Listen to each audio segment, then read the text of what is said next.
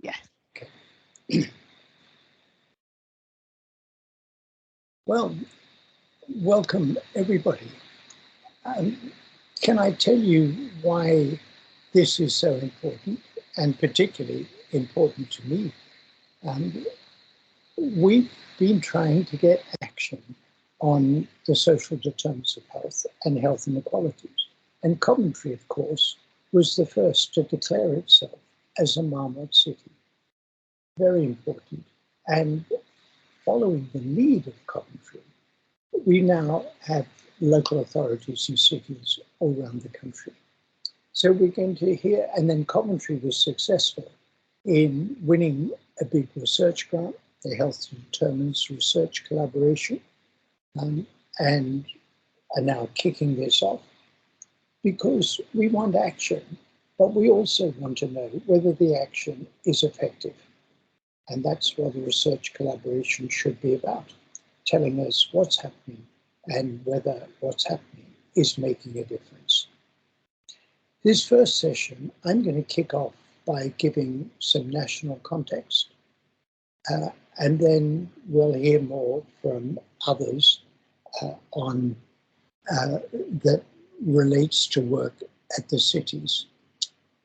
So next slide, please. Particularly at the moment, with the health service, I don't know if it's falling over or being pushed, but the health service in all kinds of trouble. We think a great deal about the health care system, but the opening line in my book, The Health Gap, was why treat people and send them back to the conditions that made them sick. We need, of course, to have a good, well-functioning healthcare system, but we need to address the conditions that make people sick, the social determinants of health. Next slide, please. And we haven't been doing very well. We've had a decade and more of austerity. We've had the pandemic and now the cost of living crisis. Next. In my 2010 Marmot Review, Fair Society, Healthy Lives, and again, my colleagues and I produced Health Equity in England, the Marmot Review 10 years on, just before the pandemic. We had 6 domains of recommendations. Give every child the best start in life, education and lifelong learning, fair employment and good work for all. Number 4, particularly relevant to the cost of living crisis, ensure a healthy standard of living for all. Number 5, healthy and sustainable places in which to live and work, and taking a social determinants approach to prevention. In light of COVID, and it probably should have been there all along, we've added a 7th, tackle discrimination, racism, and their outcomes. And number 8, indeed, in a way has been there all along. Pursue environmental sustainability and health equity together. And we're not doing very well nationally on any of the 8. Next slide, please. This is from the 2020 report with a data point added. It shows life expectancy increasing from 1989 to 2010, about 1 year every 4 years for women and for men. And then in 2010, there's a break in the curve and the rate of improvement slowed dramatically, just about ground to a halt. And then in the first year of the pandemic, 2020, life expectancy fell for women and for men. What happened in 2010? We had a government elected whose number 1 priority was austerity, rolling back the state. Although the government of the day, the leaders of that government, reject the very idea that austerity could have damaged health. That's not what the evidence shows. Next slide, please. If we look by region, the right is females, the left is males. Look at the females. If you're in the least deprived 10%, the regional differences are quite small. If you're rich, it doesn't much matter where you live. Life expectancy was improving a bit. Now, look at the most deprived 10%. The regional differences are much bigger. Life expectancy was going up in London and down in virtually every region outside London. So this is where we were pre-pandemic. Life expectancy had stopped improving, inequalities were getting bigger, and life expectancy for the poorest people was getting worse. Next, please. The government said it believed in austerity, and by golly, they did it. In 2009-10, public sector expenditure was 42% of GDP.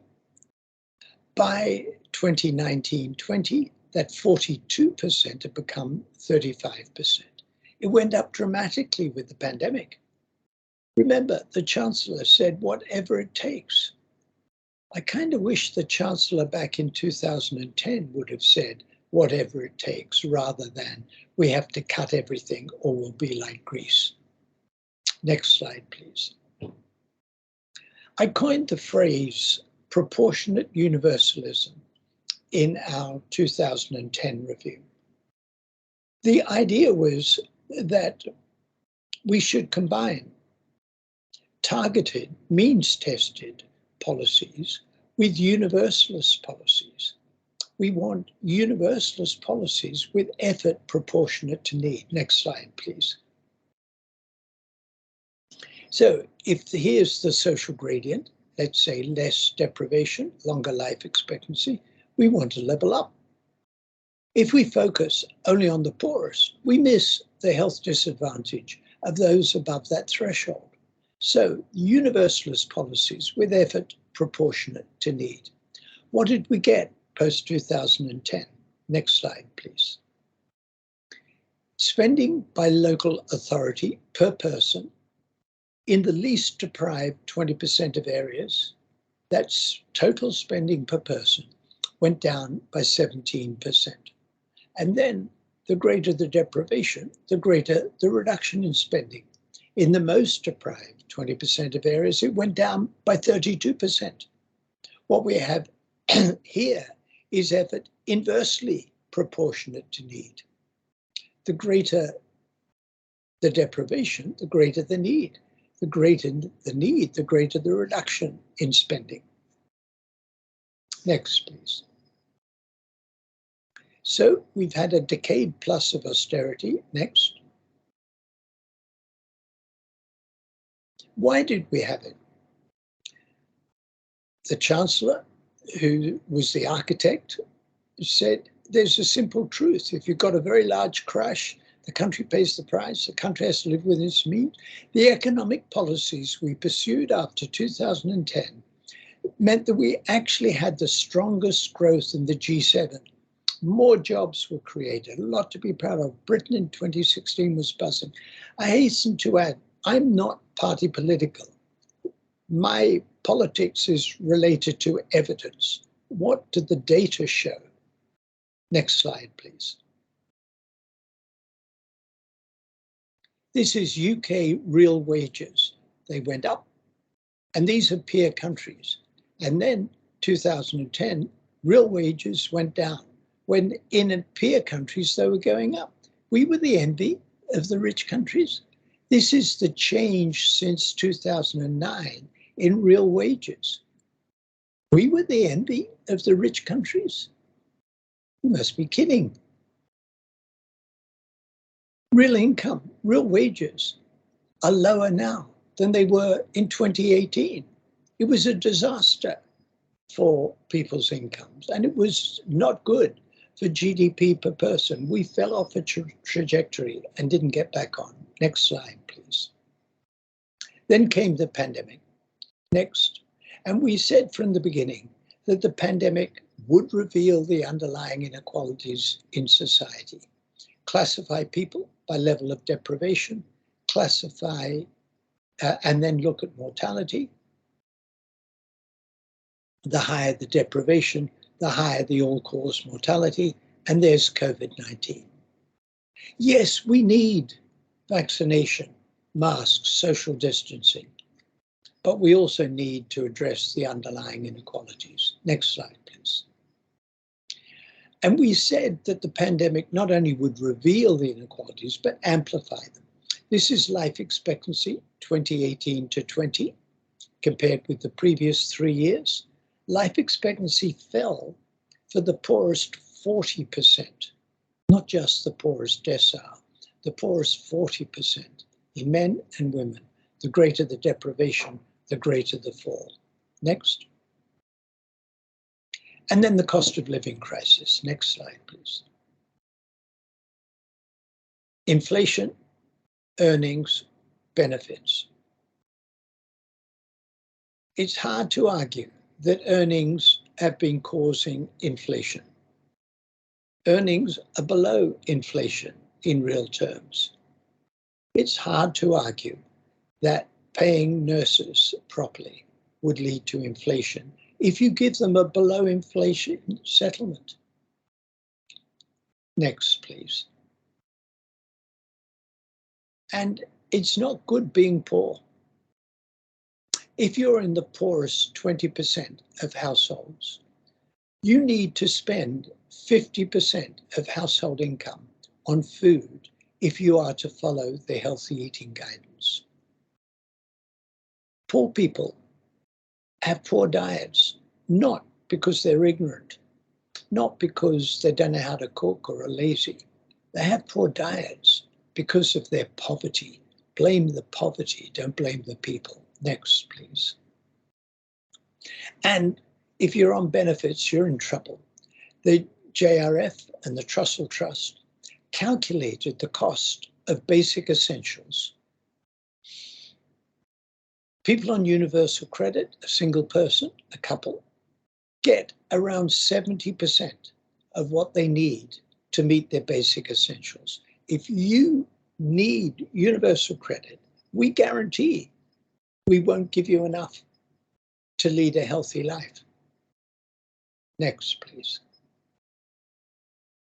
And the majority of people in poverty are in households where at least one adult is working. This is after housing costs poverty in working families, so that more than 70% of people in poverty, 2/3, are in households where at least one adult is working. Next. But that's pretty grim. The good news comes from places like Coventry. Next slide, please.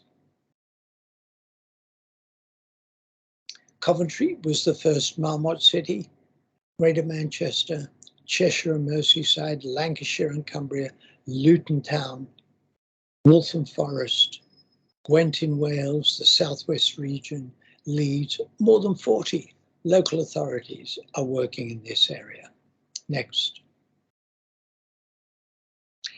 So the message I give you is one of grimness at the national level, but real excitement and action at the local level. Jessica, would you like to pick it up? Yes, hello, thank you, Michael. I'm the Deputy Director at UCL Institute of Health Equity. Been working with Michael there since 2008 on the original Marmot Review. And as Michael's just outlined, during that time, the context has changed enormously, but we are seeing some really positive action from local authorities and from different sectors. And I'll just briefly overview some of the activities. So when we talk about health equity, we know that the whole system, what we call the health equity system, needs to be involved. So that comprises all of local government. Public health often leads the endeavour, but all of local government and all the different directorates are needed. Healthcare, and what can they do, not just to treat people, but also to improve their health and tackle those important social determinants of health, those Marmot 8 areas that Michael outlined. The voluntary community, faith, social enterprise sector, of course, absolutely vital. They have a great knowledge about the communities they represent. Being a volunteer and working in that sector is beneficial for health, and they can also have enormous impact on outcomes in key social determinants of health. So a vital sector, but often struggling with lack of resources and capacity. And of course, recognition for some of those statutory services as well. Public services, this is also an important endeavour for education, the criminal justice system, transport. All those public services have a bearing and shape and drive all our health, but they're again often just focus on the outcomes in their specific areas. They are having an impact on health equity. We need them as part of that health equity system. And business and the private sector, absolutely vital. It shapes all our health in so many ways. And in a way, business and the private sector haven't been part of this system over the years. But I think we're seeing some changes. I'll come on to that briefly in a moment. I think we're seeing some more interest in exploring what business can do to improve our health as employers, providers of goods and services, and the impact they have on communities. Michael mentioned really the lack of focus from national government on health inequalities and the very damaging impacts of many of the recent policies and the damage that's been done to health and health equity. However, national government remains a key partner in the health equity system, and we do what we can. And part of what we can to influence that national government is to show what's happening locally and in all these other parts of the system, to hold them to account, to show them practical examples of how this works and how much local areas are really engaged with this endeavour and prioritise it. Next slide, please. When we go into local places, all those 45 odd places that Michael was talking about, we do a job of analysing the data, we interview stakeholders, we have developed partnerships with all those different parts of the system in a place. We report on that, and in a way many of the local areas say to us, we already know the data, we already know where the inequalities are in our place, but I think bringing that information together allows this kind of acceleration or prioritisation of health equity. And there's always some sectors who are surprised and interested in the data that we present and haven't seen it put in that way, and certainly haven't seen the health impacts of the work that we do. So both those stages are really, really important, even though local areas are increasingly showing that they have a lot of data around this agenda. We develop recommendations in partnership with place, and these are critical. They change in every place. So we've learned a lot from all the different local areas about how to tackle health inequalities and how the system needs to develop. But the recommendations are different, even though we stick to our Marmot 8 recommendations. They differ. Things happening differently in places, the context is different, the extent of need and the issues are different. So the recommendations under that broad framework are very tailored to the places we're working in. And then implementation, and this has really been a steep learning curve for us, but we're really positive over the last, Coventry's been doing this the longest, from 2013. The other places are really come on board since the pandemic or during the pandemic. And the implementation is still in an early phase. We'll hear from Coventry in a bit about you're further along on that journey. But the implementation varies in different places. And as I said, we try to act as an accelerant to get health equity in all policies and really do that convening advocacy and prioritising role, and partly build a movement within places. Next slide, please. The leadership has generally been from public health, although, as I said, does comprise the whole local authority, and bringing other stakeholder parts of that system into the governance arrangements has been an important thing, but led by public health. We're increasingly seeing interest from some healthcare systems. Integrated care systems, integrated care boards are set up well to tackle this agenda. Obviously, a lot of priorities and funding cuts, so whether or not they're able to grasp the mantle, we're unsure, but there's definitely an ambition from healthcare systems to do this health improvement role. Next slide, please. So Cheshire and Merseyside, I won't dwell on the details here, but just to say we're very proud of what's happening in Cheshire and Merseyside. They've really taken on board the recommendations and integrated them into their ICB strategy. They've really strengthened the system governance on health equity. There's been progress in lots of the areas that are so critical for health, employment, in primary care, economic planning, for children and young people, and they've got a very good indicator set based on the recommendations from the report, and that's implemented now on their dashboard. Next slide. So again, things happening in places. So there's 10 local authorities in Cheshire and Merseyside, and in many of them there's been a real push around health equity and taking things forward in innovative ways as a result of some of the work that's been going on. Next slide, please. I won't dwell on this as detail here, you'll have the slides. Next, thanks, Harmony. And in Lancashire and Cumbria, as I said, that was led by the Integrated Care Board, and it's been integrated into their strategy. Interest from the Blackpool Healthcare Trust. North Cumbria is joining. There's regular meetings from these Marmot leads, as they call them, from those places within Lancashire and Cumbria. Next slide, please. And in Luton, which we only reported on this year, I was at a meeting there last week. A lot of impetus behind this agenda, a lot of activities. I'll come on to what the East London Foundation Trust, who operate across Luton, are doing, but also the Culture and Leisure Services, that's a new one for us, has really adopted its framework to take on board those Marmot 8, and they're pushing hard in each of those Marmot 8 areas. And there's definitely been a strengthening of governance and partnerships and focus on health equity in Luton as a result of the report. So that's pleasing. They are going to evaluate what's happening. So we'll learn more about what is and isn't working and what some of those barriers to action are. Next slide, please.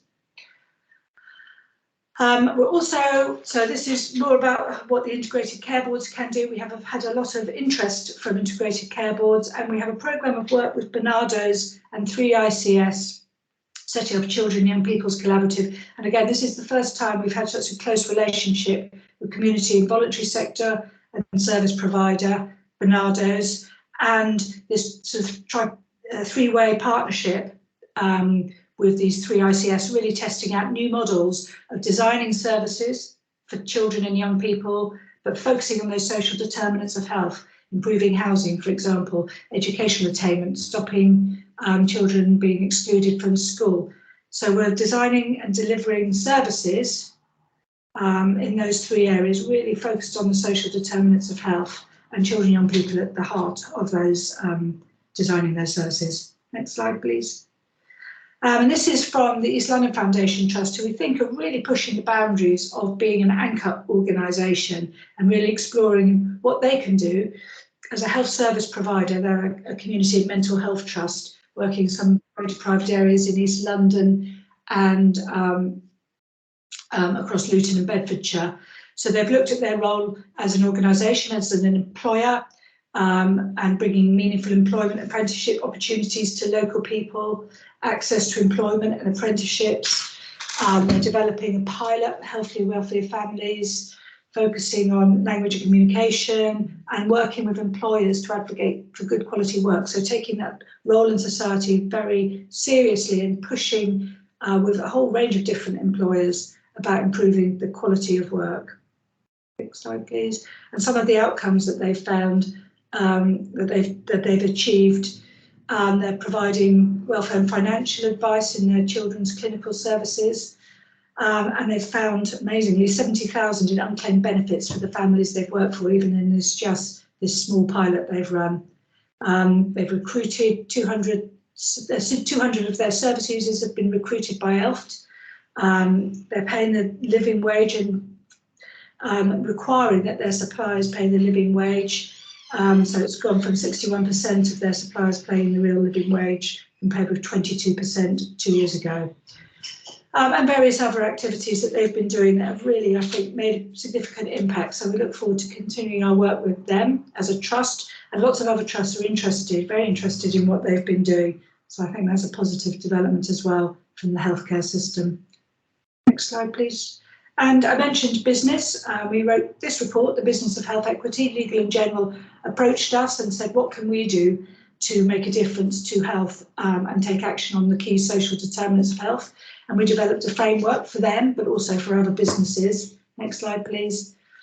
And it shows the importance of providing good quality work for health, pay, benefits, conditions, supporting health in their products, services and their investments, in the same way that the climate change movement has forced private companies to look at where they hold their investments and whether they're held in climate change, fossil fuels and so on. We can do the same with health and health equity. Are the companies where they're investing in healthy, and then that influencing role, looking at their procurement in the same way that ELFT are doing, looking at how they can advocate and lobby around health equity, very important national company, of course, Legal and General. Please pay tax, companies, really important, and of course, environmental impact. We think this framework stands up well for businesses, and we've seen some progress among other businesses taking this kind of approach. Next slide, please.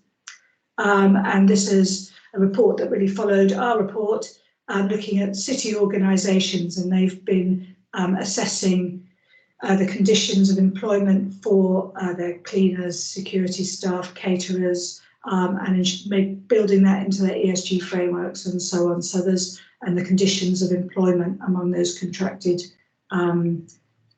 staff. So some good movement, we think. We're very pleased with what's happening across a whole different set of those, that health equity system.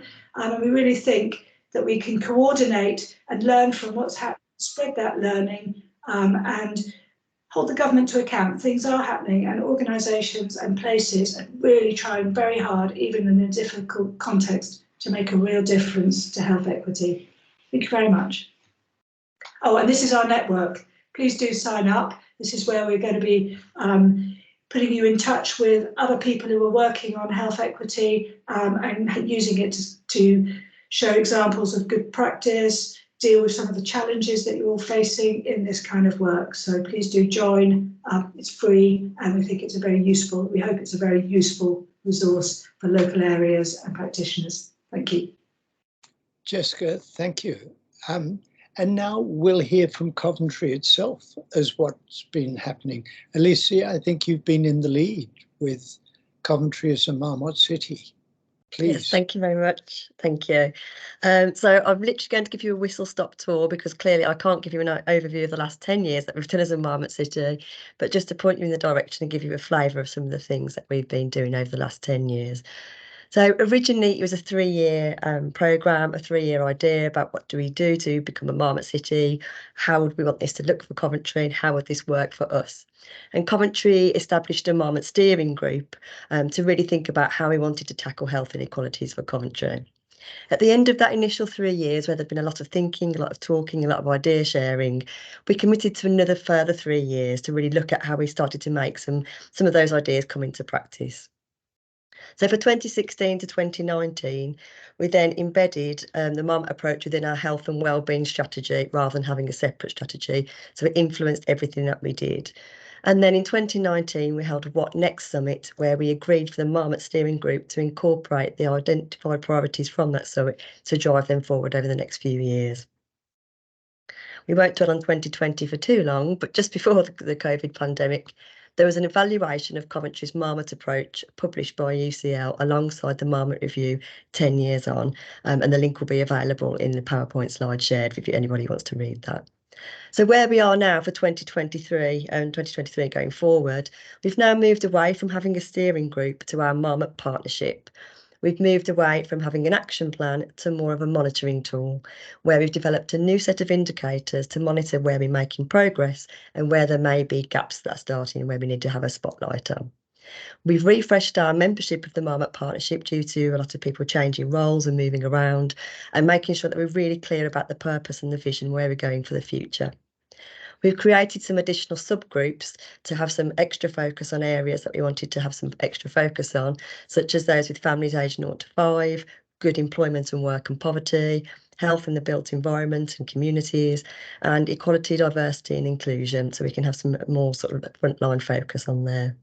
And now we feel that we're part of a larger inequality system for Coventry, with the Marmot Partnership having a key function, as well as the HDRC and the ICS colleagues that are working with us on reducing health inequalities. And this is just to give you a flavour of some of the partners that we have on our Marmot Partnership. That includes the voluntary sector, statutory sector, council services. Next slide, please. As mentioned, the Marmot Review, the evaluation that's produced, that was an evaluation of a citywide approach to reducing health inequalities. So for those of you who are interested in finding out more about how that looked for Coventry and what areas it covered, what principles, what happened under there, then it's a really good read, and that's available on that link. I think 10 years of us being a Marmot City has really heavily influenced how we work as a council and our partners. So our One Coventry plan really builds on this as the council and partner strategies to make sure that we're all working towards the same priorities. And as you can see here, as well as improving the economic prosperity of the city and region, we're still really, really focused on improving outcomes and tackling inequalities within our communities. So for 2023, we've just recently developed our new Marmot monitoring tool. This will be available on the council pages, hopefully by the end of the month. And to give you an idea what this looks like, when you go towards the web page, if you click on one of the principles, for example, giving every child the best start in life, underneath that, it'll give you an idea about what the priority focus is on, some of the background behind that priority, what we already know, some of the legislation, government guidance to support the outcome, and links to our service developments and strategies that we do some work with that also supports that recommendation. And some of the indicators that will show then how we're hoping to make some progress, for example, in school readiness, parenting confidence, and children under the age of 5 who are in care. Then we also will list the programmes of work and who's delivering them as delivery partners, and then how we aim to measure some of this progress. For example, the percentage of children achieving a good level of development at the end of reception compared to national. And thank you for listening. I know it was a whistle-stop tour, but for any more information, please do take down my details and get in touch with us at Coventry. Wow, that's amazing. You could whiz through 10 plus years of work in so few minutes. Thank you very much for that. It really is exciting. And Sue Frossell, you were Director of Public Health, is that right? Senior public health person in Coventry.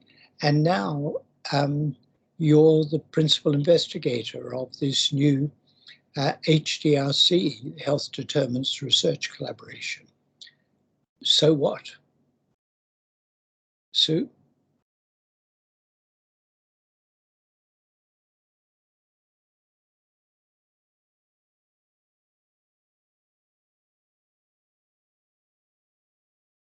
Sue?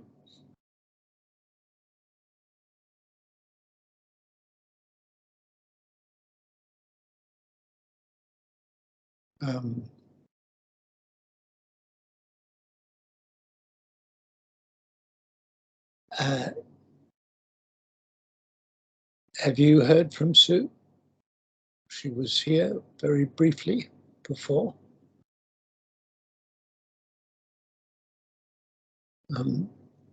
You're on mute, Alicia. Sorry, yes, just bear with us a second. I think we must be having a few technical difficulties. Sue is here somewhere, but there may be some issues. Well, I'm just wondering. I think she's just tried to leave the call and rejoin. There she is. There we go. This was like Hamlet without the prince, Sue. Thank you so much. Can you see me? Yes. Oh, great. Okay. I'm so sorry. I just couldn't get on at all. So, and I couldn't speak to you. Fantastic to be here at this first webinar. So I'm the director of the Coventry HDRC and also the consultant in public health at Coventry City Council. Yeah, it's a real pleasure to be here. Thank you so much to our speakers so far.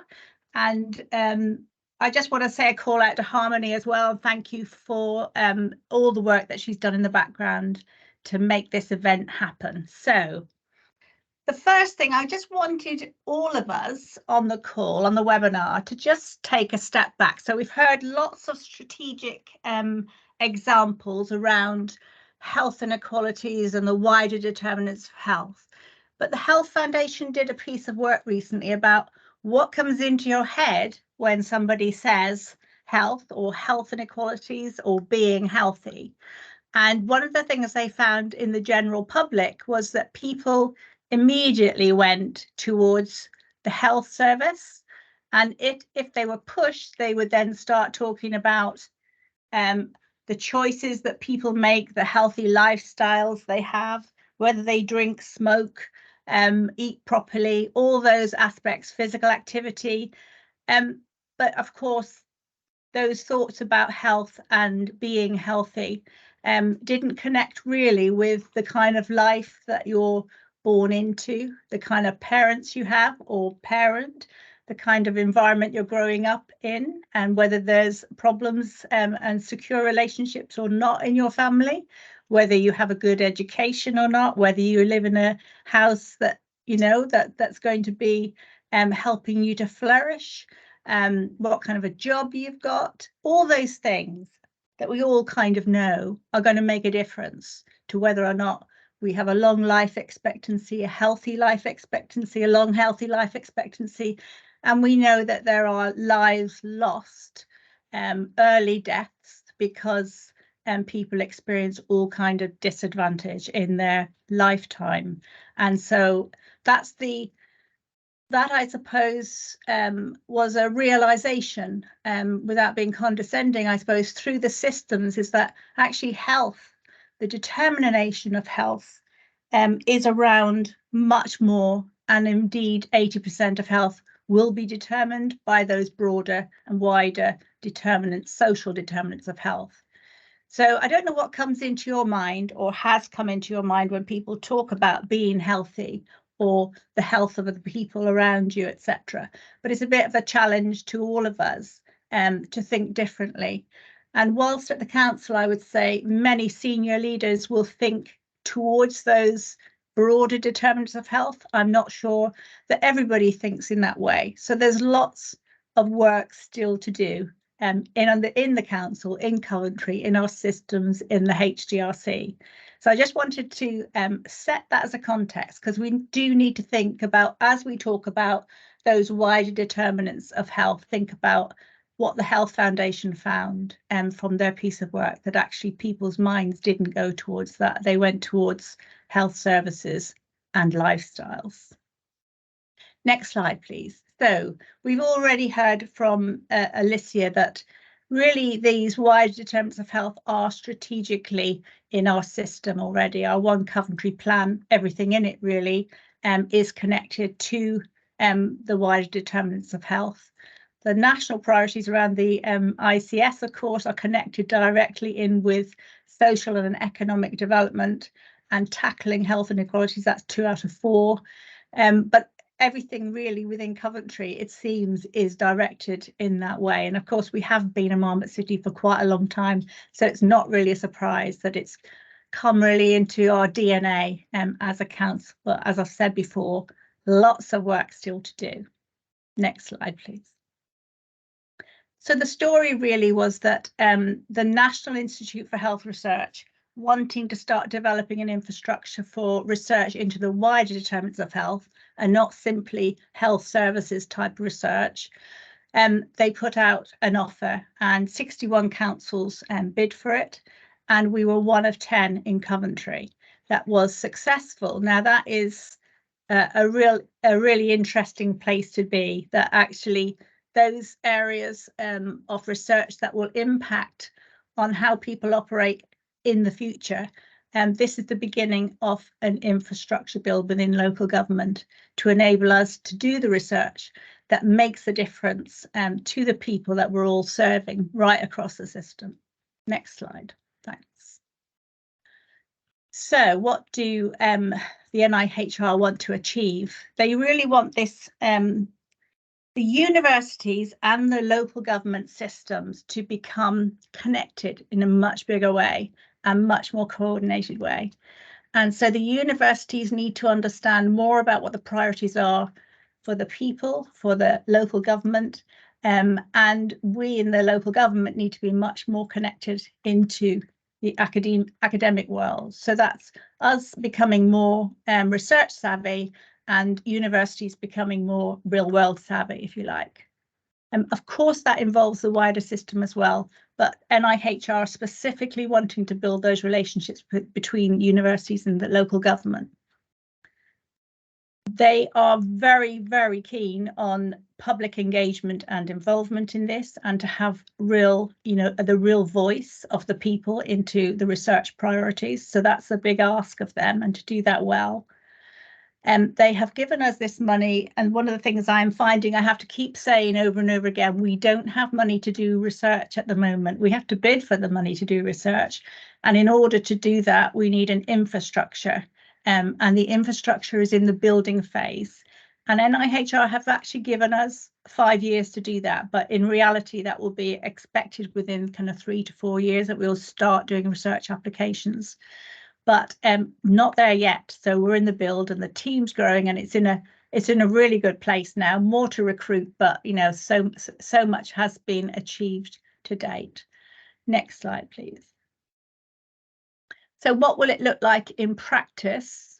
Two of the things I would say, so the culture change within local government and across those partners we're working with as well, but mainly within local government. Thinking about using evidence that's already there in our decision making. So having that, so the HDRC unit or research unit, you know, we will have connections with the universities. We'll all be a collaboration together. So it's not just the council, it is a collaboration.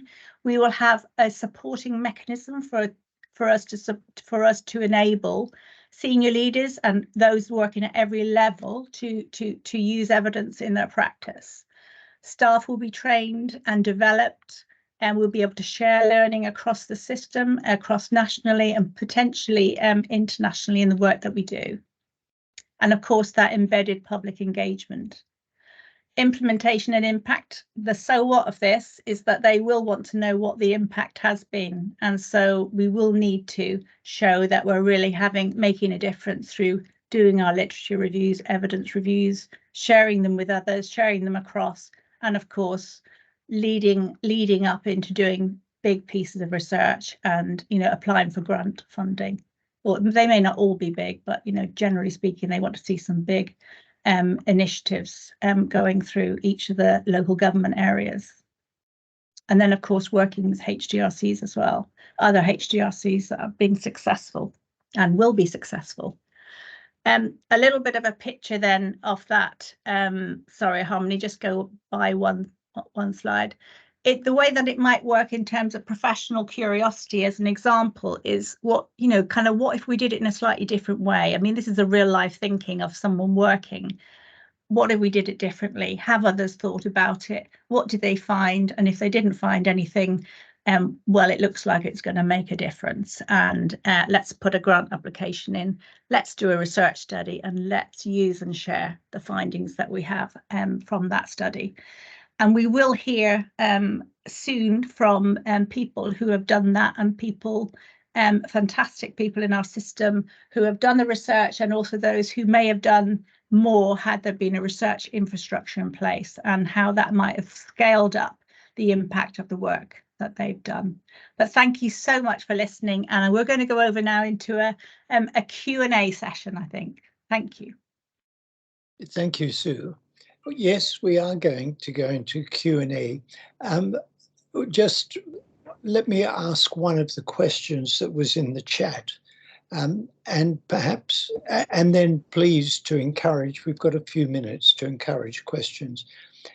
One of the questions was, to what extent does the excitement and action at the local level counteracting the grimness at the national level? Alicia, do you want to talk about that from a Coventry perspective? Oh, sorry, I just lost signal then. Can you repeat the question again? The question was, to what extent is the excitement and action at the local level really doing enough to address the grimness at the national level? Yes, for a Coventry perspective, I think what the most important thing for us to do is to connect with what's happening on the ground and what people are seeing, because it's a real thing. So rather than making things about concepts and high level policies, about actually how it feels to residents of Coventry. And I think it's been really important for us in redeveloping our monitoring tool to make sure that we've connected for as many people that are delivering services to people and seeing what's happening firsthand, and how we incorporating that into the monitoring tool to make a difference. So actually where things are working well and we're making progress, that we can demonstrate that with the monitoring tool, and where there's gaps and where things seem to be getting bigger or worse, that actually we have that data to share in the system, to be able to share with partners to take some action and to sort of deal with what's happening on the ground. So I think really it's about how we bring that to life rather than just being a high level concept of these ideas, actually how that happens on the ground and making sure that we're really capturing that evidence and sharing that back around the system. And does that work to counteract this sense of, quote, grimness at the national level? I think it's really tricky. I think it's tricky because actually, yes, it does feel grim and it can feel like a real hard challenge. But unless we take some action to try and do something, then what else are we going to do? And I think it's really about harnessing all the positive work and that people are working really hard to try and make a difference locally, when obviously the context around us nationally we can feel a bit powerless to at times, but actually working collectively and working hard together as partners across the Marmot Partnership and bringing everybody's voices together to sort of how we shape working together and strengthen those partnerships. I think that's all we can do, and work closely together to try and lift up people's spirits and show that things can be done and that there is some positivity out there. Good, good. I mean, I would add that that is a sense we get from all the local authorities working in. Yeah, things are tough, but by golly, we're going to do the best we can. And that's a general sense that we get. Jessica, I've got one for you from the chat. The question is about food inequalities. Are they included in an integrated health equity system? So what about improving the food environment? Are these cities and areas doing that? To some extent, I mean, it's priority for all local areas, having to make sure that people have access, unfortunately, making an increasingly needed access to food. So we know how much how much food increases have really impacted on people in a range of ways. They don't have access to healthy food. It means they can't afford other things, and it's impacting on people's health directly, mental health and physical health. And of course, it's making all those other social determinants of health worse. So we do see quite a lot of activity, of course, locally, the food banks and so on. I would say that our focus has to be on trying to eliminate the need for food banks, which, as you appreciate, is very difficult in a national context. But we really must remember that while people are doing a brilliant job trying to influence to supply food, we really need for people to have sufficient income to be able to live healthily. So I would say that the food industry, well, not the food industry, but local authorities and the charitable sector and some businesses are doing a good job in the circumstances of supplying access to food. We haven't had a lot of interaction with the food industry and the supermarkets and so on. That's not to say there isn't efforts. It's probably woefully insufficient. But I also want to make sure that we keep a focus on improving income, reducing poverty, and making that a real campaign, eliminating food banks, as well as ensuring there's sufficient food. Thank you. Sue, the last question to you. I don't think I should edit it for reasons that you'll see. Fantastic presentation, Sue and Alicia. Thank you. That's the important preamble to the question. Early days. Sue, this is for you. Early days, but what are the tangible benefits of the HDRC to Coventry, both the local authority and residents? Okay, so this is an area of passion, I suppose. So this idea of research being abstract, much of the time in people's heads, all of our heads, when we hear research and evidence, that actually the value and the power of research to the local residents through the council and through other parts of the system, that has a scaled up impact. If one person thinks of an idea and tries something out, doesn't have a research infrastructure around it, not quite sure whether it works or not, well, it may have been a fantastic cost benefit to the people, the resources that we use so that we can do more with the resources that we have. So I think to be really clear about what works can only benefit the people of Coventry, because we will spend our resources on what is effective. So I think, that again might sound like motherhood and apple pie, but we are spending resources all the time sometimes without often being clear about what we're spending those resources on. And those resources are impacting and have the potential to impact more on the people of Coventry and of course the wider nationally, etc. So I think it's that idea of not only being of real value and not abstract for people living in Coventry, but also the potential to scale that across the country and maybe wider in terms of research findings, research that has been done well, led well, good governance infrastructure, good university input, etc. So it's for me, it may not happen in the next few years, you know, it may happen over time, but actually the big picture and the big win is for the people, because we'll know the right thing to do and how to use our resources to best effect. We can't hear you, Michael. So beyond the question, Coventry as a Marmot city has had a broader impact beyond Coventry, because Coventry was the vanguard, was in the lead, and it was your initiative, not ours, for Coventry to do this. I would never have been so bold. So it was your initiative, and that's led to all these other cities and regions taking it up. So to the extent that the research shows it's effective, that will have been because of Coventry's initiative in taking this lead.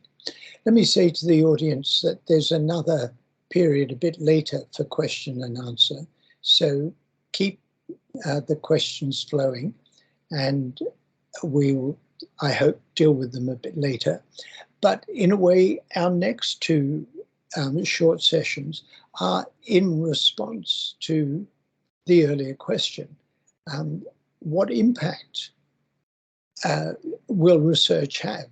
So we have two examples of local research, and then some discussion of the impact that local research can have. So let's start with Amy Lynch from University of Bedfordshire. Amy. Thank you very much there, Michael. Hello, everybody. Can you hear me okay? Have a thumbs up? Yeah, so great. Thank you. Thank you so much for inviting me to come today. It's great to be here to share an example of a research study that we've conducted recently. I'm from the University of Bedfordshire, and my focus is on children's social care. And in this research study, exploring innovation in transition, we've focused on the group of care leavers and worked in collaboration with Warwick Business School. So it's been an interdisciplinary study with a focus on care leavers, involving research and practice communities from across England and Scotland, and also including Warwickshire and Coventry as local examples. Could I have the next slide, please?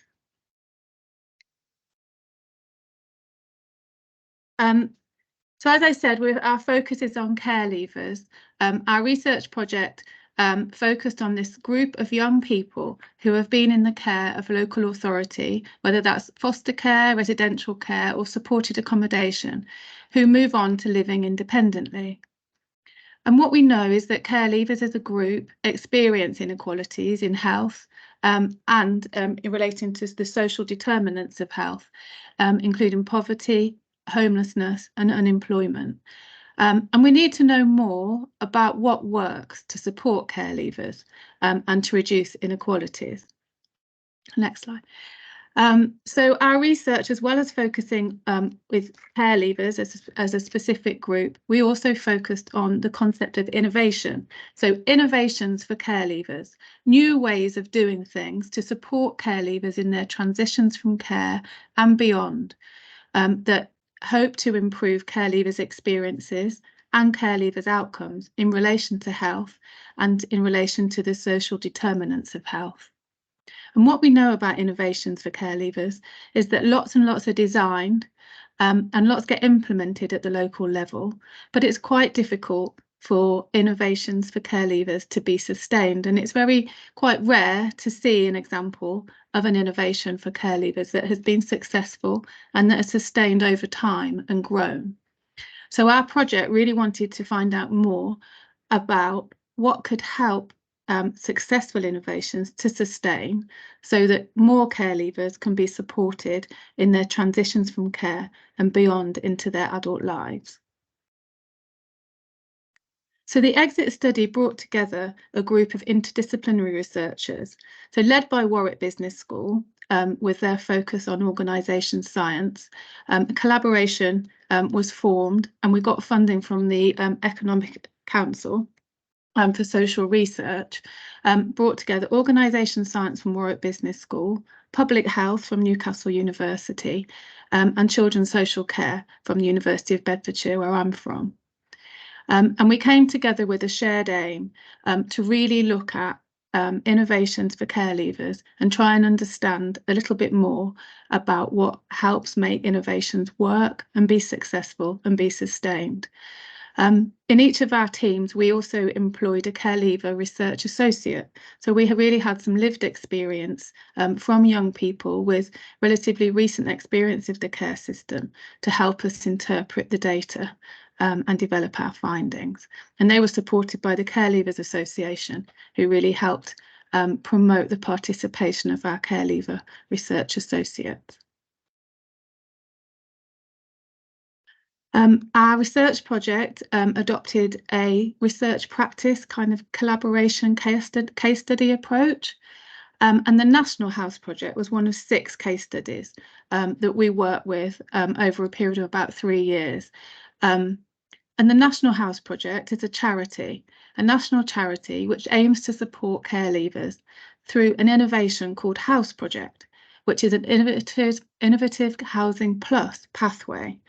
It offers a group relational work programme to young people who are leaving care and really helps prepare them for their move from care into independent living and supports them beyond. House Project started in Stoke local authority in England in about 2015, and so in the last 8 years it's been really successful in spreading and being sustained. So it now has been adopted and implemented in 19 local authorities across England and Scotland. So it really shone out to us as an example of a case study that we could really find out some more about to develop understanding of what helps innovations for care leavers sustain. So with the National House Project case study, we conducted interviews and observations with people who belonged in the House Project community across the country, including young people, to find out their perspective of what had helped the House Project sustain. And what we found was really one of the elements of success, before we got to the ingredients, that people did really think House Project was a success, and one of the areas of outcomes related to the outcomes for young people that really map onto the social determinants for health and health itself. So you can see 3 areas of outcomes for young people that we found. Young people and the staff who work with them commented on how young people develop supportive relationships through their membership of the House Project community. They also developed support and access support for their mental health and emotional well-being. And through that, they were able to ask for help, they developed confidence and developed self-esteem. And then also in relation to housing, they were supported to move into their new homes to live independently, and they were really successful in sustaining their tenancies. And you can see here the quote from a young person who was part of the House Project community, and they say, "People I've met on my House Project are still extremely close friends of mine. It's amazing how that's happened, and it's also made me realise it's not me against the world. It's not I'm completely independent. I've got to look after myself and then I'll talk to others. It's made me realise there are people out there willing to help you and just be there. Yeah, it sort of helped me a lot because it made me realise the type of adult I wanted to be. It's been quite a powerful thing for me." Thank you. And there are house projects in Coventry and Warwickshire, I think I mentioned, and although they weren't a specific focus of the case study interviews and observations, there's a lot of information in the public domain that really points to the success of house project and how house projects has been successful in both Coventry and Warwickshire.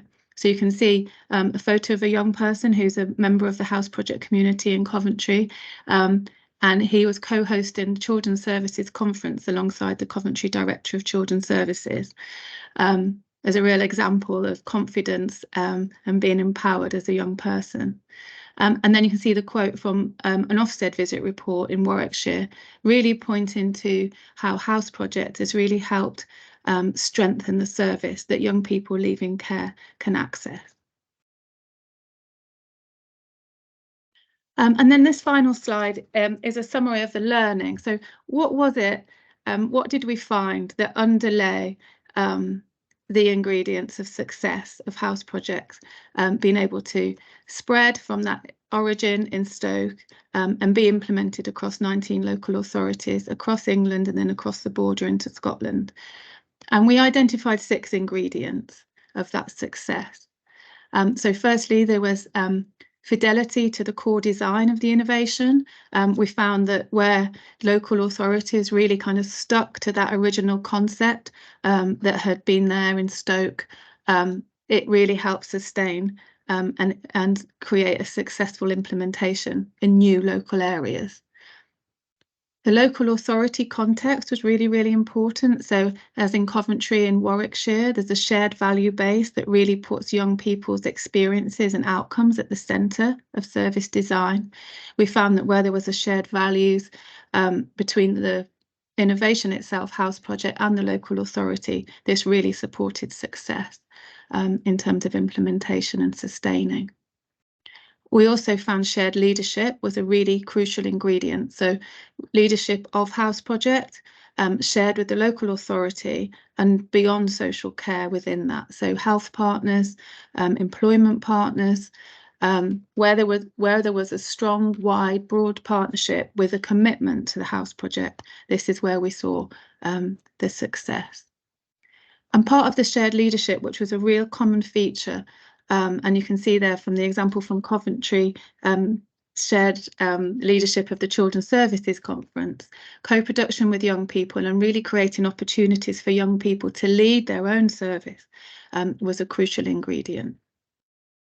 And then the last 2 ingredients, number 5 and 6, a focus on outcome measures so that there was possibility to kind of evidence the success really, really helped with implementation and accessing funding for sustaining, and an integrated approach to adapting and learning, flexible approach from one group of people, young people, to the next, to make sure the house project for each cohort was really bespoke and suitable to their needs. So it's a fantastic project. We're just at the end of it now, and we're beginning to share learning and hope that the ingredients that we've identified will help National House Project continue to be successful and also be shared with other innovations that have been designed for care leavers to really help them be successful too. So thank you again for inviting me, and I would love to hear any questions or get any emails afterwards if you've got any questions or would like to know more. Thank you. Thank you, Amy. Thank you so much. You know, if there's ever a moment when I'm tempted to think, oh, it's all too difficult, it's all hopeless, how are we going to do this? Then I hear something like the presentation you've just made, and I think, no, it's not. It's all possible. You can take a difficult, troubled group and improve things for them. Thank you. And Eve, are you going to lift our spirits in the same way? Evaluation of domestic abuse, early intervention project in Coventry.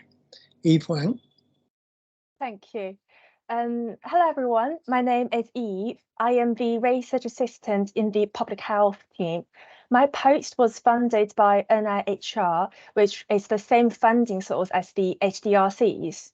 I will be presenting the first academic research project that I led since 2021 to showcase the feasibility of conducting research at the local authority.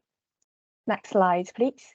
To support domestic abuse survivors with better outcomes and prevent future harm escalation, the public health team commissioned a domestic abuse early intervention project in 2021, which is also called the EIP service. It created a co-located working pattern at the Coventry Central Police Station by embedding the EIP team, including 3 domestic abuse caseworkers, 2 of them from Coventry Haven Women's Aid and 1 from Panaga at the police station, and giving them the access to the police system, which enabled them to contact and support survivors faster than before. So to assess the usefulness of such co-located working pattern and the impact of it on professionals and survivors, I conducted this evaluation project using the mixed methods, including a quantitative study and a qualitative study. Next slide, please. So to find out whether the initial aims and objectives outlined by the Commission team were achieved by the EIP service, I created 4 research questions. The first 3 research questions were answered by the quantitative study, and the last research question was answered by the qualitative study. I will guide you through the findings of the quantitative study first. So next slide, please. Just to give you a little bit of flavour of how I collected the data, to enable a comparison, I collected 3 months of data in 2020, which was before the implementation of the EIP service, and 1 month of data during the delivery of the EIP. However, I only collected 17 referrals before the EIP service but 129 referrals during the EIP service, which showcased the wider survivors that the EIP team managed to engage with during the EIP. Next slide, please.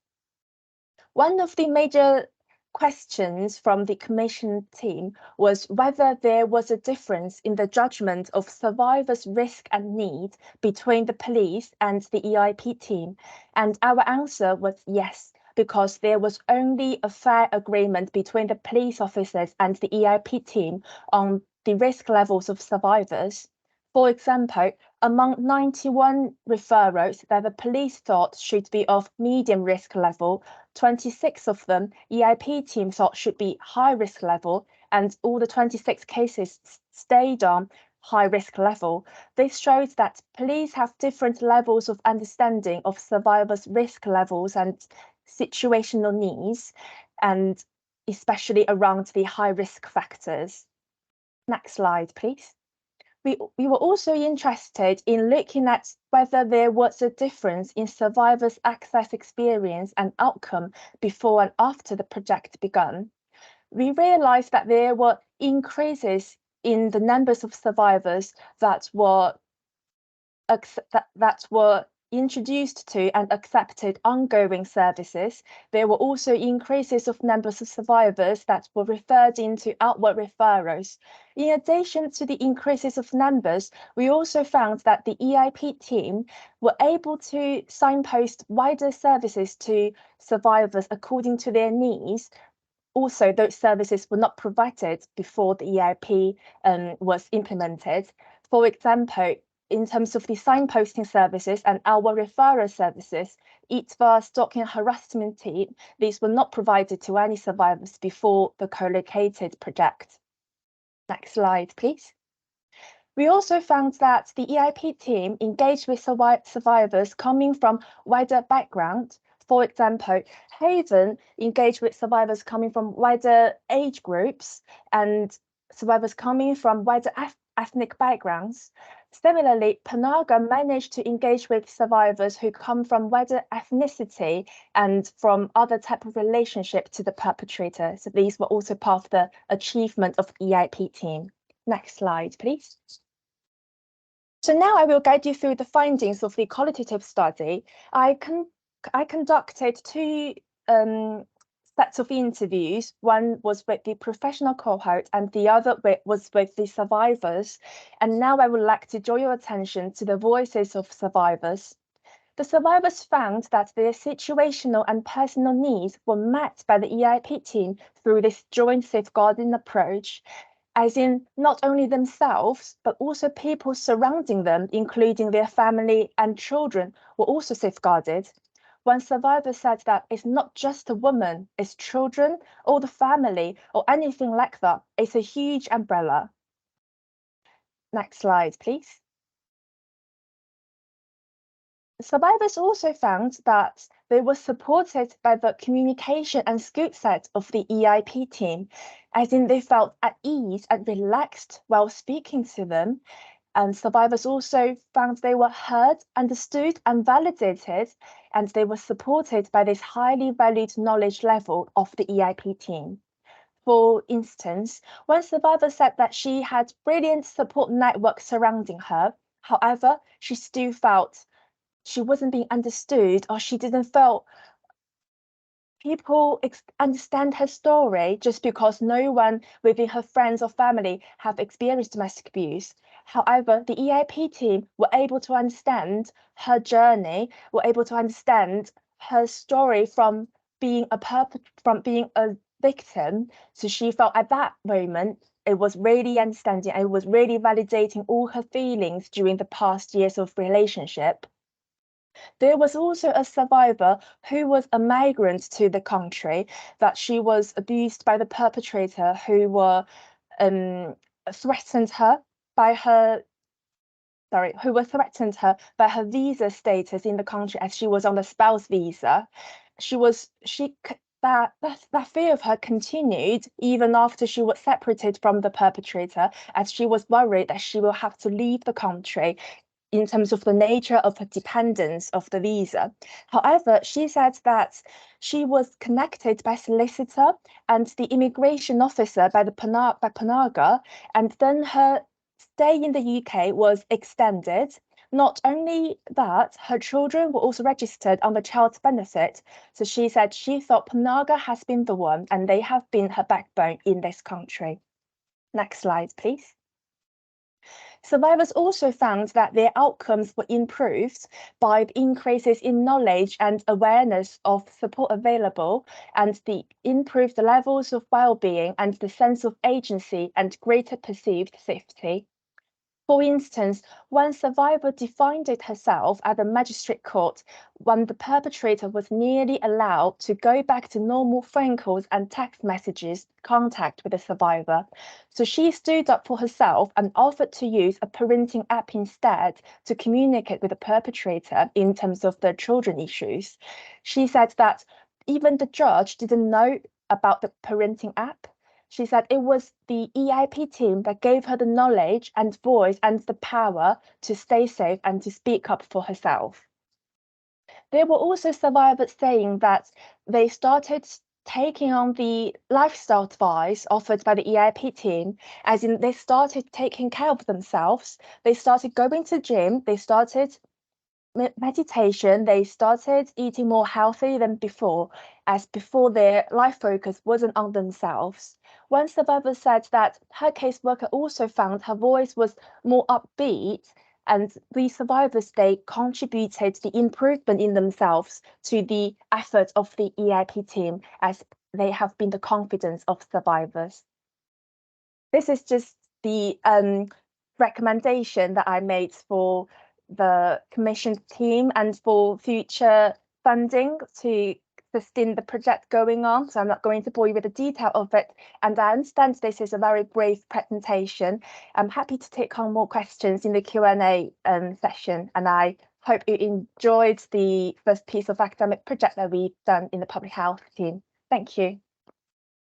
Thank you, Eve. You continue to elevate our mood with these good projects. I don't know if you noticed at one point there was a shower of thumbs up, which I thought was terrific. Harmony then pointed out it could have been a glitch, but there we go. But you got a lot of thumbs up. So now we want to talk about the impact that local research could have. and employment and skills, Glenn Smales. Hi there, everybody. Good afternoon. So I'm Glenn Smales from Coventry City Council's Employment and Skills Service, and I'm going to primarily talk about one of our main services, which is the Coventry Job Shop, which has been running since 2013. So if we go on to the next slide, please. So wanted to talk about the Job Shop because there's a clear link between health and employment. So some very high-level brief quotes there from the Health Foundation's research in 2022. Higher healthy life expectancy strongly correlated with higher employment rates. So there's that strong correlation between being in a job and having healthy life expectancy. That's particularly the case for males, but it's true across both genders, but it's a stronger trend for males. And for people that live in areas of high employment rates, they're much more likely to live longer. And there's also a positive correlation between an area's employment rates and both men and women's healthy life expectancy. Now, this is not to say that everybody that's in employment is going to have better life expectancy or to live longer. I'll talk more in a moment about the issues of in-work poverty and poor quality employment, but broadly, that's what the data suggests. Next slide, please. So what do we do as the Job Shop? It's a very busy, successful service, and we're very interested in health determinants research because we think we have a big impact on the city. But what we don't necessarily have or haven't had in the past is the kind of resource to really measure that impact effectively, particularly to look at the impact on people's health from our support.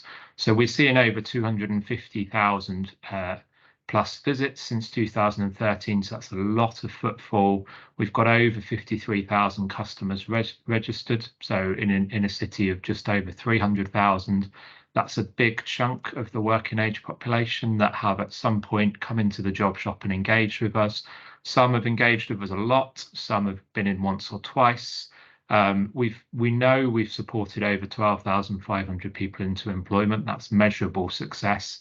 We believe it will be a lot more than that, but as I mentioned, there's a lot of people that have been supported by us in some way to get a job, but we can't necessarily track them down and find that out.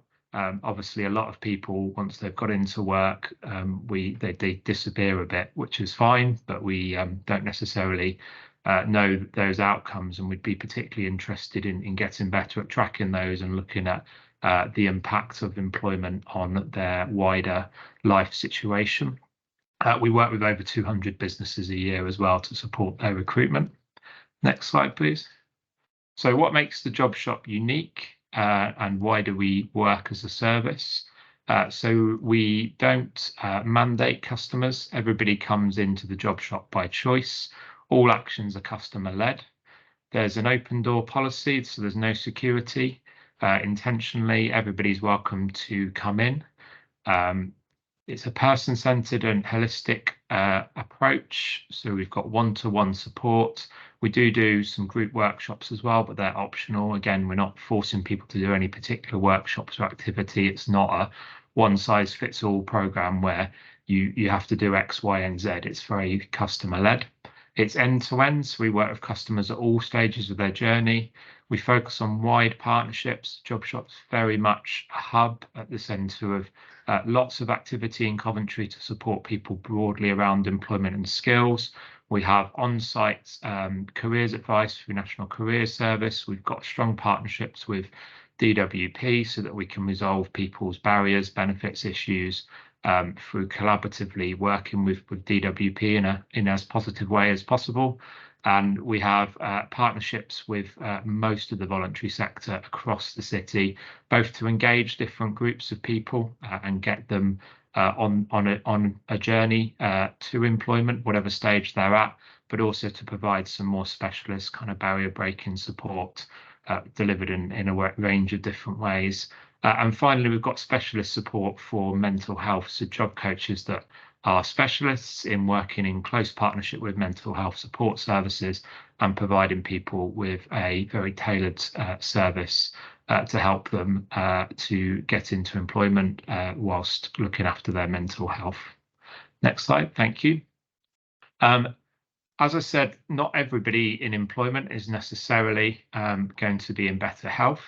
Again, looking at some Health Foundation research, half of those in low quality work in 2010-11 were still in low quality work in 2016-17, and spending longer in low quality work is associated with worse health outcomes. So low quality work can obviously trigger stress, and the damage that stress does to the body builds over time. So as a service, we very much don't want to take that any person into any job approach, because what we don't want to be in the business of doing is getting people into work which isn't going to improve their health but could actually make their health worse. So we're focusing on the right job, not just any job. We have a universal proportionalism approach, very in line with as a city having that Marmot City status. So as I've already mentioned, it's a service for all Coventry residents, but we do direct higher levels of support at those with the highest needs.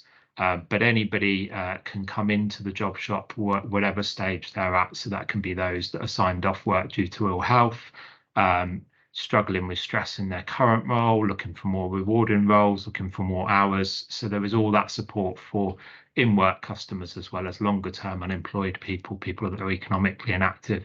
Really is, as I say, a universal service for people at all different stages.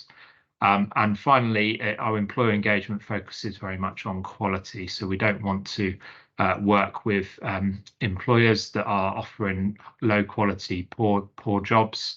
That's not just about 0 hours, although that's part of it. It's also about pay, the type of work, the conditions, how they look after their workforce. And we're very connected in with lots of other business support going across the council in terms of working with employers on their social value and how they create happier, healthier workforces that more closely reflect the communities that they serve in the city of Coventry. Next slide, please.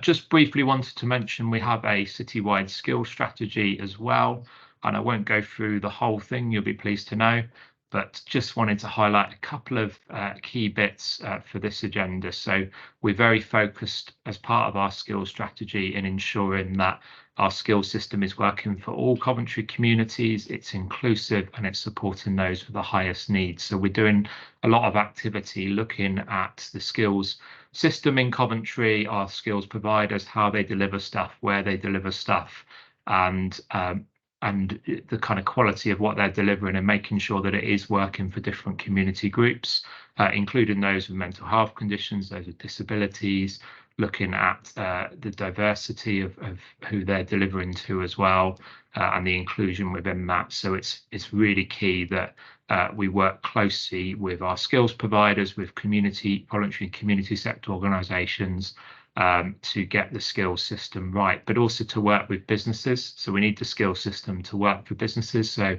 we are providing the skills that actually lead people into jobs and good quality jobs, for those that are in work that leads them into better quality jobs. But very much our work with businesses also is focusing on that social value piece. What can businesses do to work, with us, with skills providers, to get different types of people into their workforce, people perhaps that they wouldn't ordinarily get, they wouldn't attract, or their application processes would be barriers to, but they're potentially missing out on a lot of talent by having a narrow focus in terms of their recruitment. And that's the end of the presentation. So happy to take any questions when we come to the Q&A later. Glenn, thank you very much indeed. So we're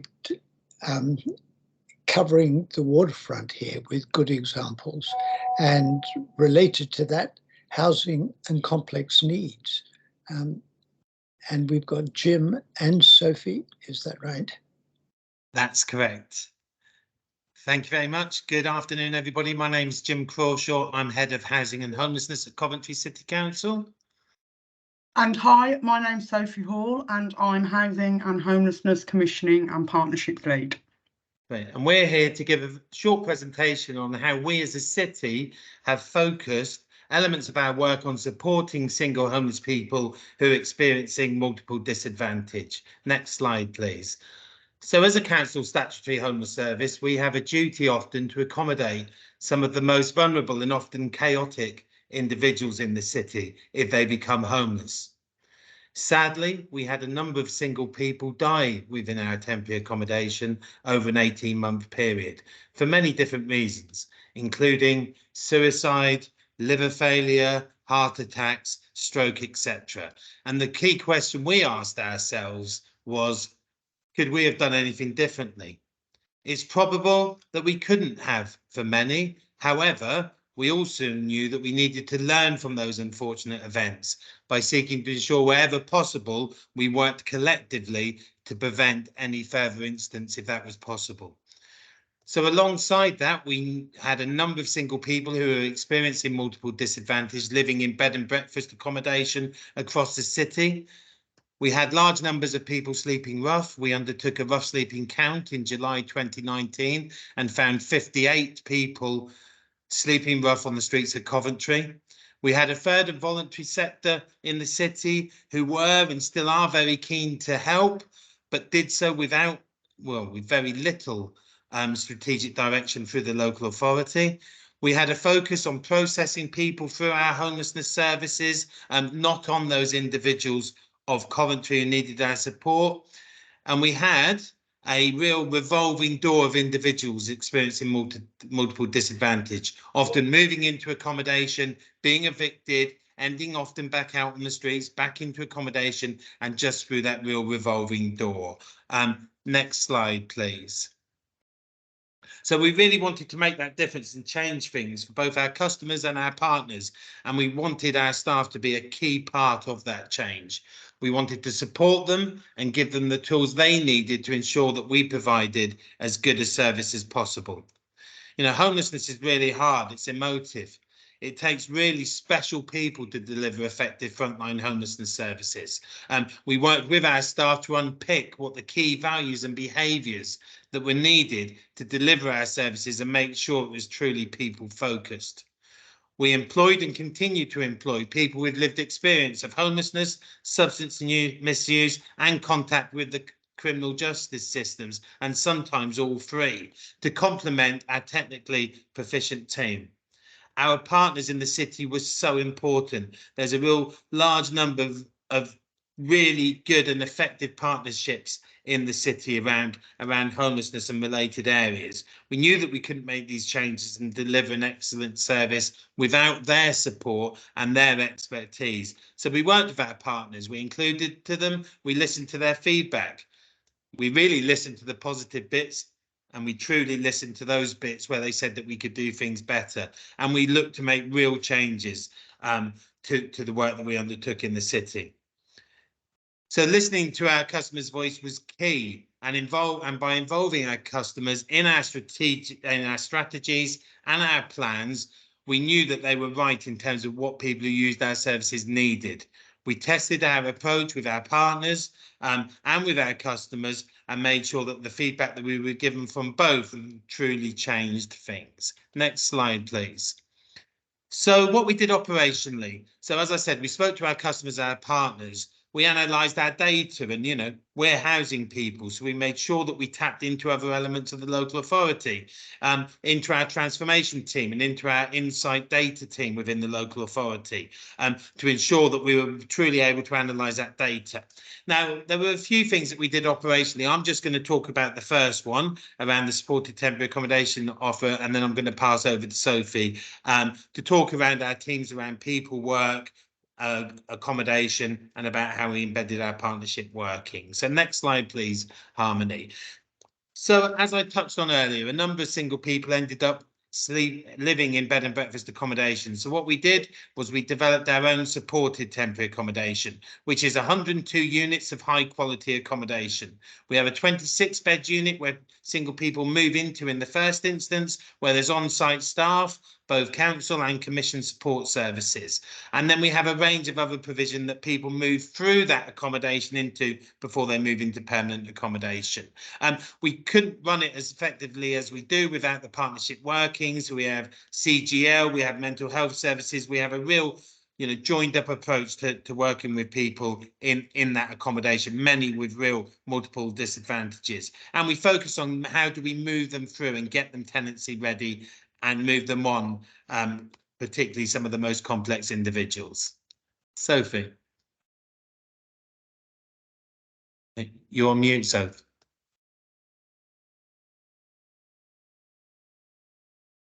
Sorry, start again. So our teams around people approach. So we're building on the initial work carried out as part of ME. We reviewed and developed the multiple complex needs and vulnerable persons forum. This forum is a space where we can support and provide case management to those who are at risk of losing accommodation, are already homeless and or are sleeping, and have additional complexities or vulnerabilities that require a multi-agency response. And this can include substance misuse, mental health, contact with the criminal justice system, anything that makes them more complex. The purpose of the forum is to identify the needs of the individuals and enable them to access support in a coordinated way. The focus of the forum and the way we work is about ensuring the right level of intervention and the right mix of services are in place based on the individual's needs. Clients are involved and included in the resolution and identification of the challenges they face and the interventions that are required to help them move on in their journey. Case management outcome continues with individuals until all options have been explored and ideally someone's homelessness has been prevented. Next slide, please. Another thing have spent time focusing on is how we work together to support people experiencing multiple disadvantage more widely. So we are currently working with our partners to explore and understand our systems and services within homelessness and why they are complex and work against those who we are aiming to support. We are developing some recommendations and processes to support with our system, to support and help us make our systems less complex. We are doing this by talking to the individuals who use our services and collectively sharing best practice and reviewing existing pathways and gaps within the provision of homelessness within the city. One of the projects that has come as an offspring of this is the Eviction Prevention Panel. So in partnership with our partners, we have developed an early intervention eviction prevention panel for those being asked to leave supported accommodation and to look at how collectively we can help to halt those evictions, thus halting the revolving door of homelessness. The focus is to prevent homelessness and rough sleeping for those that don't meet the threshold for the Vulnerable Persons Forum, but have yet been served an eviction notice from a supported accommodation. Another area of work we've been working on is improving standards in the supported exempt accommodation sector. So we were lucky enough to secure some funding earlier in the year as part of the supported housing improvement programme to explore and develop through a blended team how we could develop systems and processes to improve standards of accommodation and support in the non-commissioned sector. Often, sadly, those in this sort of provision do have multiple complex needs and are multiply disadvantaged. But unfortunately, without any regulatory framework in place, it is difficult to safeguard and apply checks and balances to ensure well-being of individuals. Next slide, please. So we've given you a bit of a flavour of some of the practical and operational things we're doing within the Housing and Homelessness Service to help our most complex singles. But we thought the best way to really bring it to life was to deliver a short case study. So for the purpose of the case study, I'm going to refer to the individual as Bill. Bill is a 27-year-old male who has a diagnosis of learning difficulties and neurodiversity. He has an extensive traumatic history, was in the care system, had previously been financially exploited, and also has continuously struggled to maintain a tenancy. Bill was referred to the Vulnerable Persons and Complex Needs Forum by West Midlands Police. The reason for the referral was that Bill was due to be evicted from his supported exempt accommodation because of antisocial behaviour. At that time, Bill was ringing 999 at least 100 times a week. He was attending A&E on a daily basis and was having regular contact with the Adult Health and Social Care duty line. We later realised this was due to Bill's frustration and fear around his situation. Sadly, by the time the referral was referred to the forum, Bill's situation had changed. He had abandoned his accommodation before the notice had expired, so he was there because he was frightened to return, and we had sadly found him rough sleeping within the city. The first thing we did when we found him was support Bill with a homeless application. Due to his vulnerabilities, we advocated temporary accommodation, even though in theory he already had accommodation that he had chosen to abandon. Housing accepted that duty due to Bill's vulnerabilities, and he was offered temporary accommodation. Support was provided by, as Jim talked about earlier, our supported temporary accommodation team and our P3, who are our commissioned support providers. A referral was also made to Crisis Skylight, one of our key partners, as it would felt that Bill would benefit from more tailored support delivered in a psychologically informed environment. An adult health and social care referral was also completed, and a social worker was allocated to Bill. The social worker worked with OT to help Bill develop his independent living skills, as well as look at increasing his understanding around financial management and the vulnerabilities around this. The Vulnerable Persons Forum case for Bill was closed. This was in agreement with both Bill and the professionals that had been involved. After 6 months, a case closure review was completed. It was confirmed that Bill was no longer inappropriately ringing 999. He was no longer ringing Adult Health and Social Care. He had also successfully, he was also successfully sustaining a private rented sector tenancy, which he still continues to sustain with the right support around him. Through our working together and the utilising the tools we have in our box in housing and homelessness services, supported temporary accommodation, the Vulnerable Persons Forum, the Rough Sleeper team, our partnership approach to working, we successfully ended this person's homelessness. But more importantly, by the approach we took, we have been able to effectively support Bill to address all the challenges that impacted on his ability to maintain his tenancy. What we did is we put the appropriate team around Bill instead of sending Bill to lots of different services. And we worked in partnership to achieve the outcomes, thus preventing his revolving door of homelessness. Next slide. So, outcomes of all the work we've been doing in housing and homelessness. We know locally through our interventions and through our own internal monitoring that the interventions and processes that we've developed locally and put in place for those experiencing multiple disadvantage and in touch with homelessness services have greatly improved the experience of the individual. We have developed a joint approach to finding solutions for people who previously sadly were lost within our complex systems. We are now ensuring, where we can, people are getting the right help at the right time in the right place. And by working in partnership, we are preventing evictions and sustaining tenancies for some of the most complex individuals within our city. However, is there more we can do? And the answer to that is yes. Next slide, please. So, we know that our people experiencing multiple disadvantage often lose accommodation, or they are living in the most transient, unsettled forms of accommodation.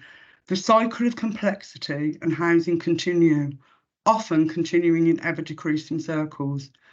We therefore, as a housing and homelessness function, want to build on the offer for those experiencing multiple disadvantage. We want to better understand what the impact is that our interventions are having and really having on people's lives. We want to understand the system savings that our interventions have had so we can build a case for reinvestment. And most importantly, we want to create systemic change for homelessness services and those experiencing multiple disadvantage through robust evidence, a research infrastructure and effective impact analysis. Thank you. Terrific. Thank you very much. We've got a few minutes for questions now. Can I kick off, Jim? You started with a 14-year-old who was kicked out of home. What approach do you take to that? Do you go back to the home? Do you try and reconcile the family, or you just say this is a fact of life, we've got to find housing for this 14-year-old? No, if we found a 14-year-old, which would be very, very rare, Michael, we would obviously involve our children's services. That slide comes from our discussion with people and where we've looked to consult with and engage with individuals on our strategic plans, that was somebody's story, that's how they ended up. We very, very rarely find anybody on the streets of Coventry under the age of 18. And if we did, then we would immediately look at referring them and working with our children's services colleagues. Good. Yeah, if you want just a bit more context around that picture, we did actually a collaboration project with CGL Change Grow League, the drugs and alcohol services, and it was very much about getting people to express their experiences of homelessness and actually to get people to see them not just as a homeless person or someone who was rough sleeping, but actually people were a brother, a sister, a mother, a father, a swimmer, as well as someone who was homeless or as well as someone who was rough sleeping. And there was some artwork and a video we pulled together around that, and that image was taken from there. Thank you. Glenn, this might be for you. I think you've kind of answered it. The question was, are there additional supportive employment models for people with barriers to learning? Yes, thank you, Sir Michael. So the supported internships, which was mentioned in the chat, have been really successful, and we've been running those for a number of years with University Hospital Coventry and Warwickshire, and they're a really good way of getting young people who are neurodiverse straight from education into employment. Really successful. We've expanded those now to CV Life, who are a leisure provider in Coventry, operate all the leisure centres and some other centres as well, and also Coventry City Council itself offering supported internship placements. We did trial a supported swap. So a swap is a bit like a supported internship, but it's for adults rather than younger people, and it's a much shorter duration. So we're talking 4 to sort of 12 weeks. So it's much more intense and shorter. We tried that out again with CV Life and it worked really well. So if we can get funding and more employers interested in that model, that's something we would like to expand. But also we do a lot of case-by-case work. So we have a specialist team within the job shop who work with neurodiverse customers, do a lot of work with them as individuals in terms of what their goals are, what their barriers are, how they can work through those. Obviously trying to find work that suits their skills and abilities and their way of working and what they can bring to an employer. And a lot of that comes down to employer engagement as well. So things like job carving work really well. A lot of employers have roles that can very easily be split into different roles so that you could have somebody that's particularly good at part of the role. Maybe that's the data entry that they're very good at, but they might not be so good at the customer service element of the role. Well, often the employer could actually split that role if they thought about it a bit rather than making it one role. So you might remove the part of the role that's problematic for somebody, if that's picking up the phone or doing the emails, and just focus on the bit that they might be really good at, which might be data entry, for example. So we do a lot of that kind of activity with employers as well, and also encouraging work trials. So getting employers to give people a go and letting them practically demonstrate what they can bring, rather than interviews, which often don't work for people with neurodiverse backgrounds because of the way that they're structured and the types of questions they ask, etc. There's all sorts of barriers there. So work trials can be a really good way of leveling the playing field a bit as well. Well, I don't want to keep pushing the one line, but if I could, it relates to the HDRC really. We know all around the country, in every region, that people with mental illness are less likely to be in employment. Unemployment can cause mental illness, and mental illness can cause unemployment. Are you able to say whether you've broken that link in Coventry? Are the figures better in Coventry than elsewhere in the country? I would have to look at that data. I'm not sure they are, but I think that would be something that we would like to do more work on, and to look at that data, and that could be something through HDRC that would be really interesting to explore more. And I think there's certainly a lot that we can do there. We do have relatively low unemployment rates in Coventry. We have a slightly more of an issue with economic inactivity, but then we do definitely have a growing issue of in-work poverty. And if you look at the number of people that are claiming universal credit but are in work, we have slightly higher proportions than a lot of cities on that. So I think we'd particularly want to look at as well those that are in low quality, low paid work, and the impact of that on their mental health. Thank you. Sue, an earlier question in the chat, which we didn't get to, was to what extent is Coventry a learning city? Interesting, yes.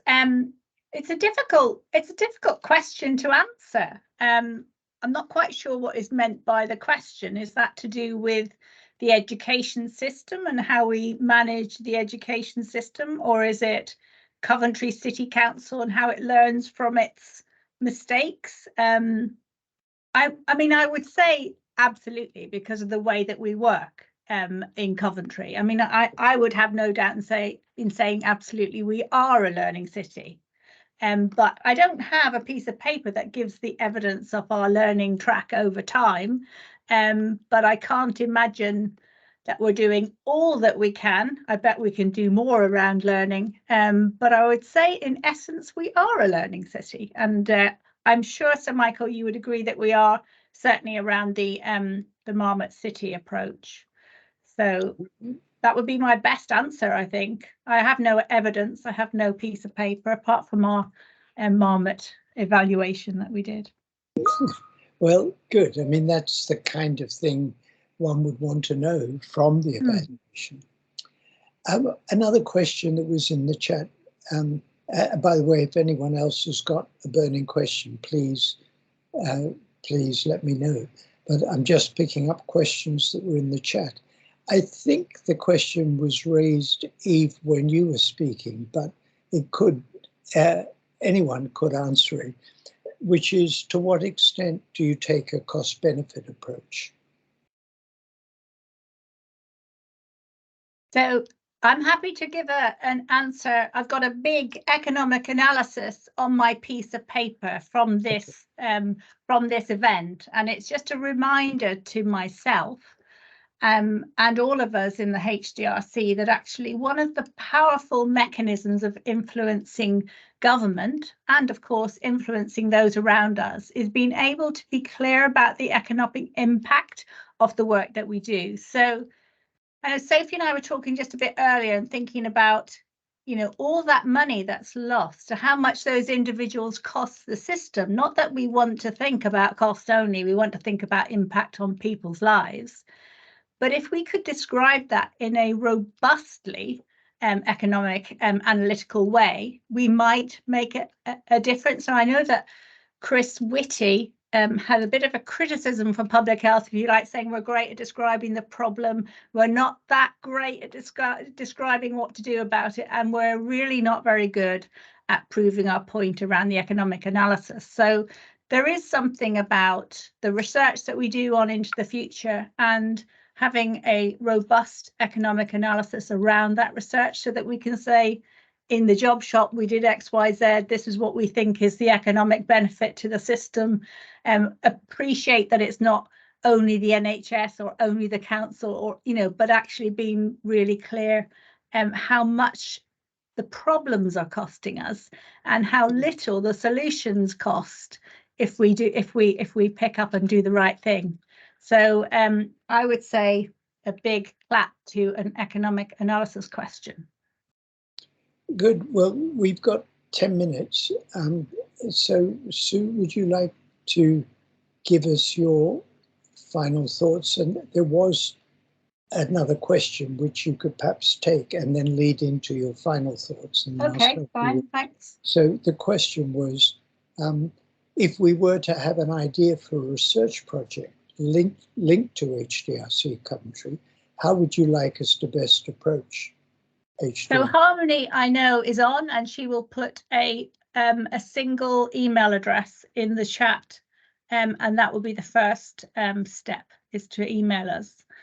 As I've said before, we're not ready quite to do research, although we would always be interested in talking about it at the moment and see what links that we can make and any signposting we can do. And indeed, if it's very small, maybe we can do, if all the pieces of the jigsaw are together, we can go forward and support a small piece of research. But let's talk about it. So contact us on that email address. And so is that an adequate answer? So Michael, shall I go on to my summary now? Yes, please go on to your summary. Okay, great. So I think this has been a fantastic webinar. We have heard from Sir Michael a sense of the size of the problem and the political aspects of those problems, the importance of political decision making, the importance of national policy, and how it all looks a bit grim sometimes, but actually the power of the local area to make a difference, and the power actually across the HDRCs, which are growing in number across the country, the power that we might have together to influence change on into the future. So we've got this kind of big picture, and then Jessica gave us a bit of a, you know, more local geographical picture as well, not just Coventry, but local geographies and the different aspects of those social determinants and the work that's been done around them. And you'll have the slides, so there'll be lots of links to look at where you're interested. Then you heard from Alicia around the Marmot City, and then from me around the HDRC. I'm hoping, and all the other fantastic presenters, thank you so much to all of you for all the energy and effort that you put into those presentations.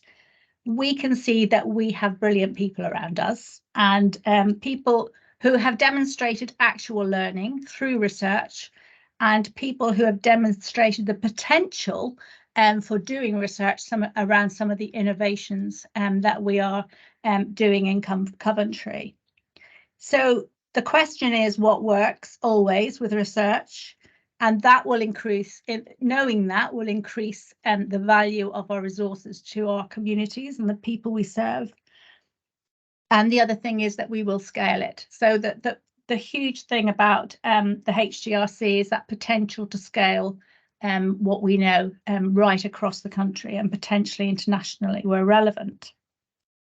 So I know that Harmony has asked me to mention feedback, because we really would like to have some feedback, and we've had a feedback questionnaire designed to be completed for this event. So if you wouldn't mind supporting us, it's a very early venture that we're on, and it's an adventure as well as a venture, but we really would like to know what you thought of this event. So feedback's important. Thanks to all the speakers again. Thanks to Harmony for all the organisation in the background, and everybody else who's been so supportive. And thank you so much to Professor Sir Michael for supporting this with so much time and energy, and just, you know, on into the future. Thank you so much. And for my to Penrithworth, a couple of comments. One is, it relates to the question in the chat that I put, I think, to Alicia, about the grimness of the national picture and, dare I say, the global picture, and the excitement of this local action. And it's very important. I mean, there's a, you know, an old chestnut about good news never gets reported. It's only ever bad news. But there's a lot of bad news about. And the excitement of local action, of making a difference and saying, we want to make sure we've covered everybody in Coventry, that there's nobody left out, is really exciting. And the fact that you feel you can do it with the limited and reduced resources is really, really, really, really important. And there was a question in the comment in the chat just now. Do you think that evidence can change ideology? And it's an important question. And I'm no political scientist about how you get political change, but I'm not going to give up on evidence.